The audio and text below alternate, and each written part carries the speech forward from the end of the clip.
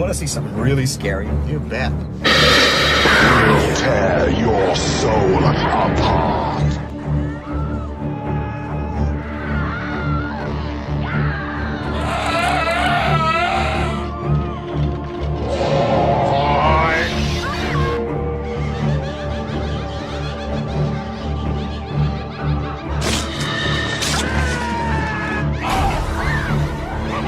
Jesus Christ!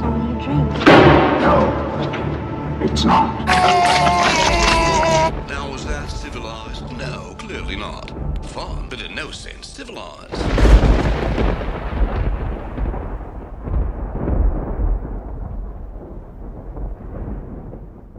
Welcome back to another edition of Deep Cuts, the show that cuts deep into the heart of horror. And in our very first episode, we alluded to a particular topic that I felt that we needed to delve deeper into because there never seems to be a particular consensus to this answer. So many people like yourself started watching horror films at a particularly young age, whereas I myself was kept at a distance by my parents, so I didn't really start embracing it until I was well into the age when I was allowed to start watching horror films. You actually were following the proper procedure, whereas I was a little delinquent who had his mind altered at an irreparable young age. And now look at me. I'm sitting here talking about fucking horror movies on YouTube. And yet the both of us are here together talking very passionately about the genre, which begs the ultimate question, the question you know if you've clicked on this video: what is the best age to start horror?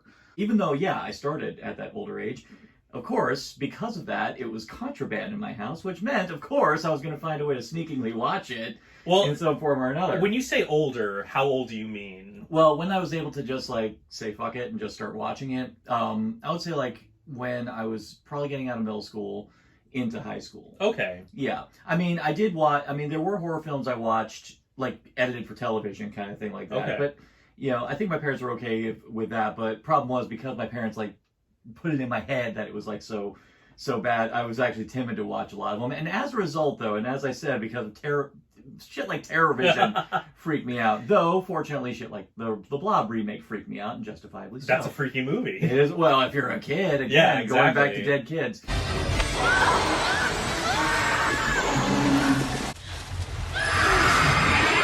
We'll get to those dead kids. You wait, kids. But you have a much more interesting story. Tell us your story. Ever since I was little, I always liked darker stuff. And I think it started with, ever since I was a kid, my parents and I always went to Disney, Disney World here in Orlando. And I remember always seeing the outside of the Haunted Mansion and just staring at it. And my dad he never pressured me or anything. He was always like, do you want to go on it? And I would look up at him and be like, nah, no, I'm good. and then he's told me this story 100 times. And he's like, one day, you looked at me and you went, Dad, let's do it. And so we went on the Haunted Mansion, and I think I couldn't have been older than 5. I was really young.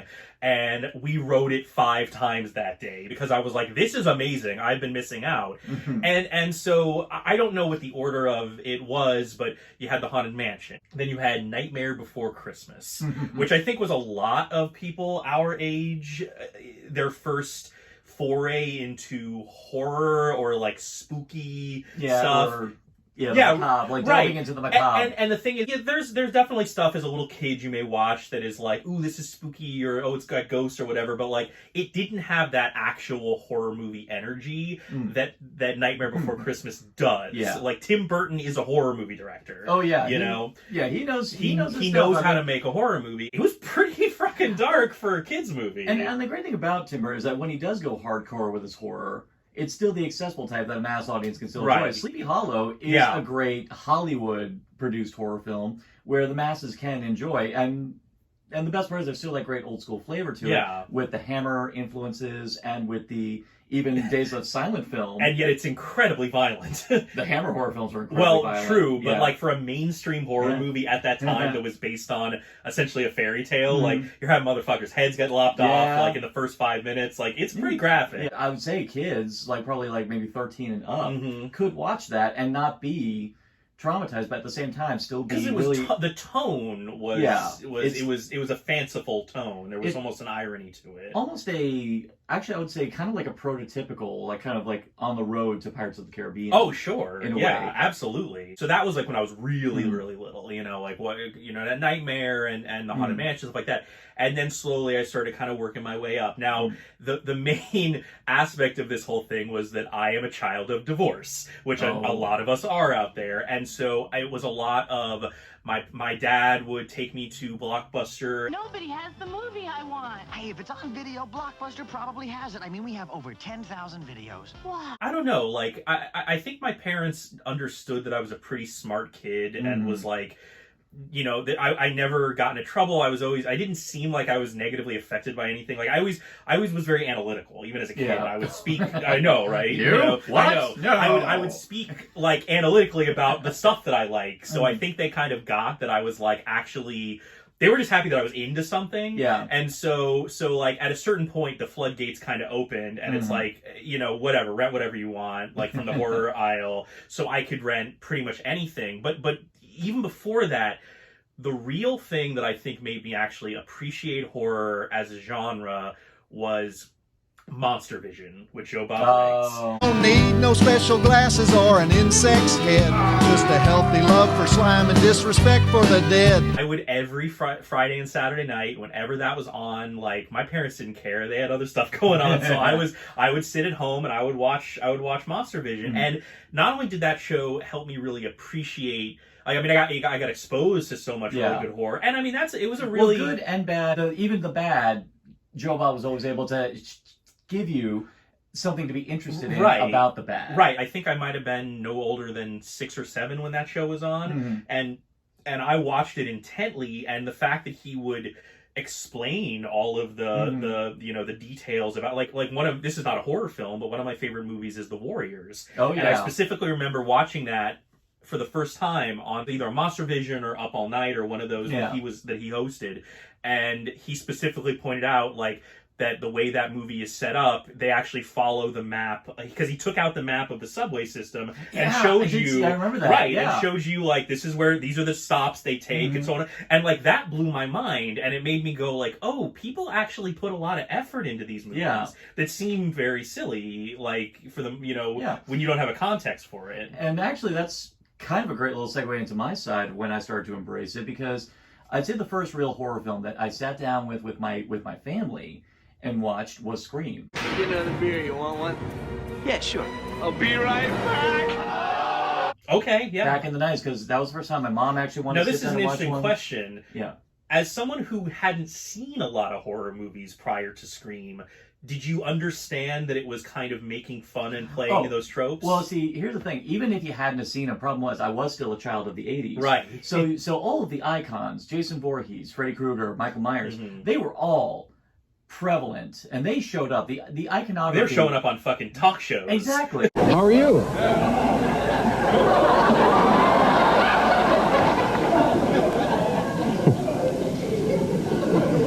That's good. The iconography of them was so potent. In fact, it was because that was so potent and because you knew how they worked, just because the advertising on them was so damn good. You knew what they were all about. So as a kid, I was terrified to watch Nightmare on Elm Street, justifiably so, because it is fucking great.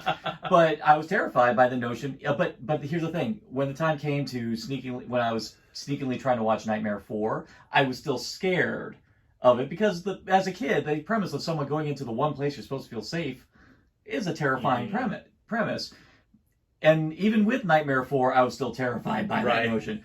But Scream was the first time when I was actually sitting down and able to watch it with the family. That's when I was really starting to acknowledge, because the great thing about that movie is that it is about deconstructing the anatomy of the horror film. Because of that, from a film lover's perspective, as I was, here was a film that was actually pointing out all the like fundamentals of horror in a way for a burgeoning horror fan that is kind of a great starter film for anyone who wants to try to get into the genre, because this is a film that understands the mechanics of it and push you forward. So for myself, loving movies as I was, it was a good one to make me go, there might be more going on with this genre than I gave it credit. And then following on with that, I went to go see the second one, like on the day of when it came out, loved it, and I still have a soft spot for the franchise on the whole. And I admit, I'm looking forward to the new one Principally because it is being done by the guys who directed Ready or Not, so that all... Oh, really? You didn't know that? No, I haven't even heard of this. Oh. Yeah. Well, And so how old were you at this point? I was in middle school. I think I was in 8th grade, on the verge of high school. But my eldest brother brought that home, and when he saw that I was able to handle that, also around the time I was becoming a Doctor Who fan, so I was really starting to embrace low budget stuff. And also I was watching Mystery Science Theater 3000 like crazy. Yeah. Then my brother brought home Evil Dead 2. I'll swallow your soul! I'll swallow your soul! Swallow this. It all comes down to the right movie, the right time, the right influence. Yeah, because there's horror out there that isn't graphic, and there's horror out there that is aimed at kids. Now, a lot of that came after you and I were adults.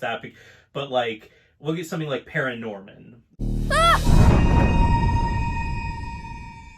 You want to play some hockey? That's a great movie. That is exactly, because it understands the horror genre. It's kind of poking fun at it, but it's also, and it's still dark. Or like Monster House is another good example. Monster House is a great, I mean, of course, one of the best easily is the Monster Squad. Oh, sure, yeah. Wolfman's gone mad. I would happily tell any parent, to actually, when their kids are the age of the characters of the Monster Squad, I'd say show them the Monster Squad. 100%. If you want to get them into horror in a way that's like not going to traumatize them too much, or you could just go straight to the hard stuff like we have. That's actually another thing to think about. Think about the movie itself that you're showing them, and think about the relatability of the character versus the nature of the audience. Yeah. So the Monster Squad would be a good one to show younger kids. Even something. I mean, this isn't a horror movie per se, but there is. It's in that same vein of like the Goonies. There's scary elements to that film, or Labyrinth, is another good one. A lot of the Jim Henson stuff, the Dark Crystal, pretty much of course, most of Jim Henson stuff. But and I guess that's more of a question of like having movies that can like kind of scare a child, but also the funny thing is we did have a movie back in the day that was legitimately terrifying because of the special effects that was aimed for fucking children. I remember seeing it in the theaters and it scared the shit out of me. Ernest scared stupid. That movie is fucking scary because those goblins. You know what? And I actually remember being a kid because of course I watched the Ernest movies like any kid. Yeah. At that time. We went to the theater. Me and my mom. That movie is way scarier than an Ernest movie had any right to be. My mom was more terrified of that movie than me. Well, then, and I was like, I was actually kind of stoked. I was actually kind of enjoying this. Oh. The first like real serious horror film I ever saw in the theaters, because again, like my parents would let me watch whatever on TV. Let's talk about that. Ren, it was, and it's not even a good movie, but I will never. It burned into my memory. It's Halloween: The Curse of Michael Myers. Everyone knows his name. Wait, whoa. So you're the one who saw it in the theater? Yes, I was the one person. You're the one. Yes, it was all me. It was all me. You're welcome, Paul Rudd, for having a career from here on out because of me. I think Clueless helped. Well, look, it's a close second. That movie, because the funny thing is, I had seen the other Halloween movies off and on. I hadn't seen like the later. I think I'd seen the original Halloween because Joe Bob played it a lot. Of course, yeah. The thing is, this is the one that introduces the Cult of Thorn, correct? Yeah. And because I've seen the producer's cut, they're all bad. It's all the producer's cut is bad, but at least that one was trying to be more of a movie. Right. The only thing I will say to the theatrical cut is that the asshole abusive father gets a better death in the theatrical cut. Maybe if it wasn't my first official horror film in theaters, it was the one that put the most memory, because like it was the most violent one I had seen up to that point as a kid in the theater, and like with my dad took me, and like I just trying to remember afterwards being like he was like, are you all right? And I was like, I think so, but like just that fucking guy because he gets his head electrocuted and explodes. It's pretty it's pretty graphic. Pretty bad. Watching Monster Vision. They didn't edit it. I mean, they edited some stuff out, but it still was. There was a sense of, I don't know. It still was a sense of safety. They were skating the line, right? And the one good thing about watching anything by Joe Bob at that time was that Joe Bob, of course, took advantage of heckling the hell out of it, of course, because he knew how that he couldn't show off the good shit, so he had to heckle it. So what was the first one for you that you saw in the theater that really made you, If you had to tell, well, actually, no, I think I answered that question. I think if I had to really think back, but I think the first horror film I remember seeing in theaters for the first time, I think actually was Scream 2. Scream 2, okay. Yeah, Scream 2. One that I used to watch a lot with my friend, which I now am happy is being more embraced now as a vastly superior movie to its predecessor, is Hello, Mary Lou, Prom Night 2. See you later, alligator. It was kind of a cake movie because it had elements of Carrie, had elements of Nightmare on Elm Street, had a little bit of an Exorcist thing thrown in, and it even had a slasher element. So that in a way was kind of like something that threw a lot of great horror elements at me all at once. And again, it was edited for television, so we didn't get to see like a lot of the hardcore stuff. But even then, the horror elements in that were so good that it made me go, I kind of want to sneakily go to his house to just keep watching horror films. So I watched, I think a couple of Nightmare on Elm Street movies there. I watched Child's Play. Beavis and Butthead was contraband in that house. Yeah. So I was not really able to branch out. It really wasn't until I saw Evil Dead 2 and I became really enamored with the art of low-budget filmmaking. That when I started working at Blockbuster and I had the freedom of pretty much an entire video store at my fingertips, that I was able to really start jumping into like all the classics of horror. Getting into horror at such a young age, for me, there was this really amazing sense of discovery and like not really caring about quality. Mm-hmm. Like I could pick a horror. I could go go to Blockbuster and just look up and down the aisle, and I will not have heard of most of the films. I will just find a cool looking box, look at it, read it, and then pick it up. And then even if it's bad, I'll be like, okay, cool. Like I didn't walk away going disappointed or mad. Whereas now, I unfortunately, I don't go on Netflix and just find random horror movies because so much of them are terrible and my tastes have gotten so specific that it's like, I'm like, oh, I'm not going to sit here and watch this whole thing. You kind of have to, you really have to do your research nowadays in order to find the right. good stuff. Are there kids that were my age now, and are they just going through Netflix and finding horror movies in that same way? Because we had curation, I think, is really the thing. We had guys now Shudder's doing Joe Bob is back. Yeah, so that's a perfect way if you want to curate a horror fandom. That's a really good. I mean, Shudder itself is a perfect. It really is. Shudder, if you'd like to monetize this video, please let us know. We will kiss your ass and say anything because it's more than I already have. Are you right? kidding me? Exactly. Look at my Twitter feed. Shudder should be paying me. I retweet everything you tweet. So I'm sorry. I just sung the praises of a movie about killer pants. I think it all really does come down to the choices that the parents make as far as when they feel the right time is, and I think it all comes down to how they're.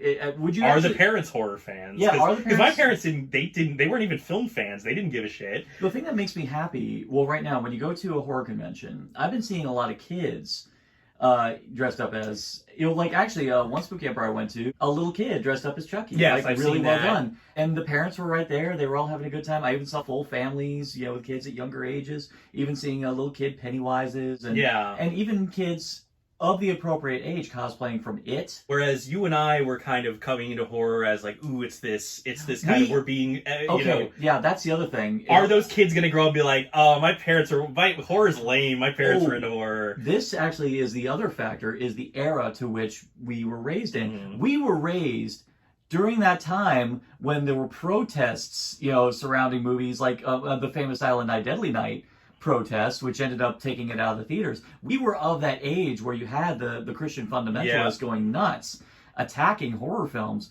But nowadays, because the horror fans who grew up during that era, who are now, responsible adults. They have the money, so, there's nobody's going to get mad at them for spending their money the way they want to. Yeah.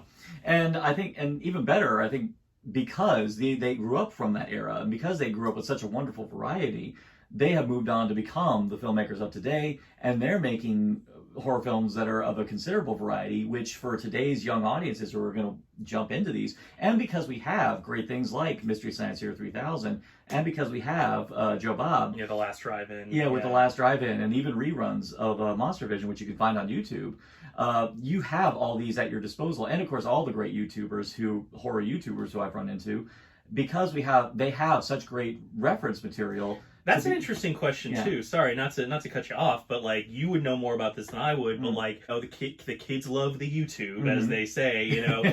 So I wonder, are those YouTubers this coming generation's Joe Bob Briggs? In a way, actually, I would openly say that. Yeah. I will openly say, like, some people, like, for example, Dead Meat James, Dead Meat from that channel, he has such a great...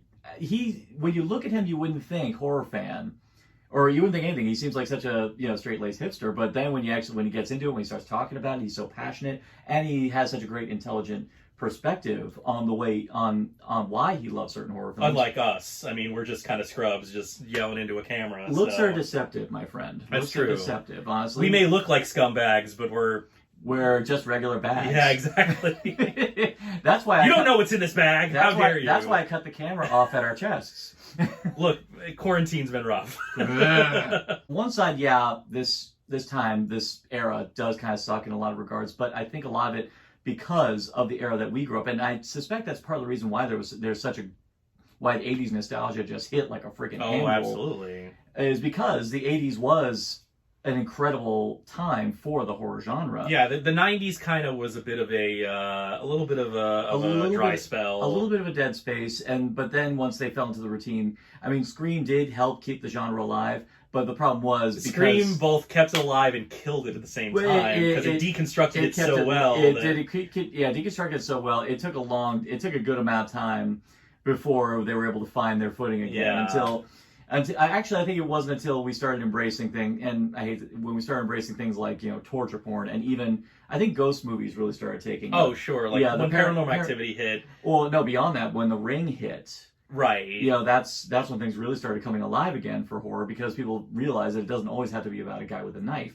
And also the streaming, like, things going directly to streaming are much more, you're going to find actually really good horror. Yeah. Like, Midsummer got a very limited release. Yeah. Like, you're not going to see stuff like that, but that's what also frustrates me. This is a whole other subject, but that's what frustrates me is sometimes I see movies that I'm like, if this got a wide release, it would be so fucking popular. Yeah. It's a controversial subject, but there is legit good horror films that are PG-13. Sure.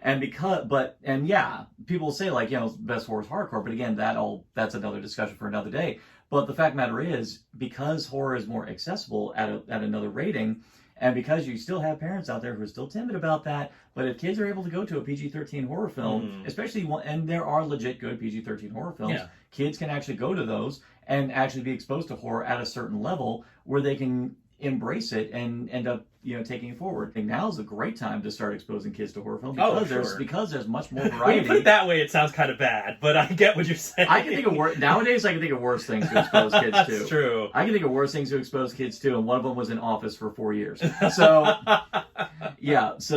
honestly, I'd say take them to go see a lovely PG-13 American remake of a Japanese horror film. Yeah. Or go to see show them something like It Follows. Yeah, It Follows. And you know what? Despite its R rating, I would actually show kids It.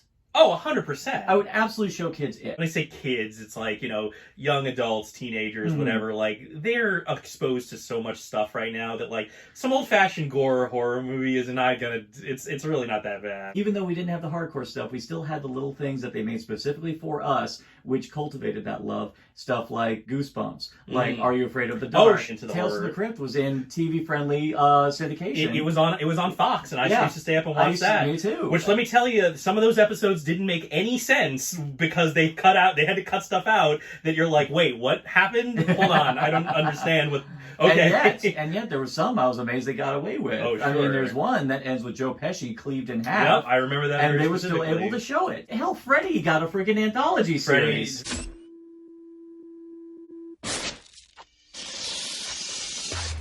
No. Don't be afraid. Freddy's Nightmares. There was the Friday the 13th series that was not actually about Jason Voorhees at all, but oddly enough, apparently was still pretty good in its own terms, from what I understand. Regardless of what age you want to what age you are getting into horror, this is now one of the best times to get into horror. Yeah. You can find curated material, you can find... And horror has become such a wide-ranging genre that any type of... If you like if you don't like gore, you can find something. If you do like gore, if you want to do something supernatural, if you want to do something suspenseful that's more grounded, there's so much stuff out there, and it's so much more accessible with, you know, streaming subscription-based services such as Shudder, which I believe you can find subscriptions for $9.99 a month. $5.99 in a month. For a month, or $50 for the whole year. Yes, exactly. Call us. Please, we're desperate. And with the advent of YouTube, with social media, fortunately we now live in a time where there's people who grew up watching it during its pivotal heyday, and beyond that, there's even great documentaries like In Search of Darkness, Part 1 and 2, Horror Noir, Never Sleep Again, Crystal Lake Memories, that do a great job, like really kind of showing like the foundation of some of the definitive horror that our generation grew up with, that are means to which we can convey to the younger audiences nowadays. That, you see, and because that in the end is what is the major problem, why people kept attacking violent video games. The people who are attacking this stuff are the people who want to have the TV be the babysitter. Yes. They don't want to parent the kid. You can watch anything with your kids as long as you're there with them to show them the proper context. Or at the very least, just tell them, or just assure them, this is just a movie. It's only a movie. Only a movie. Only a movie. More fun to even tell them, you know, how it was made. How it was made. Hell, inspire the kid just by showing how they're... Ironically, this is the one time we're showing how the magic trick happens. Yeah, showing how the magic trick is done would actually be more beneficial to the kid. I fell in love with horror movies because I got to see how the sausage was made, no pun intended. Yeah. Or for me, on my side, like right when I was really starting to study horror films, that's when I got to see Bravo's 100 Scariest Movie Moments list. And that was a great kickoff for me to really start to kind of build my catalog of movies I needed to see. Yeah. Because I was seeing all these people talk very passionately about these horror films, which for anyone who's like a burgeoning film fan, whose only reference is Rotten Tomatoes, it's not a good reference, by the way. You have something that's actually done, you know, being told by people who genuinely legit love it and are able to tell you the right way to enjoy things. And this is going to be a subject that's going to be broached later on, but frankly, if there's anything to be said about the horror genre, good or bad, it's the one genre that, depending on how you expose your kid to it, is the one that could give them a nice range of or a nice metric for what they are entertained by. Absolutely. So John, basically what we're saying is force your kids to watch every horror movie that you watch, no matter how violent, no matter how depraved. Just don't sit around like a freaking lemon, you know, drinking your beer while they're doing it. Actually, like, watch it with them. Don't sit on your freaking phone. Actually sit there with your kid. This is a bonding moment. Exactly. This could be a bonding moment. You know, so that eventually when they are terrified out of their minds and having nightmares, they will come running into your bed and you will know what caused it, as opposed to just wondering. Exactly. And you will ask them a very important question. The biggest question. What scares you?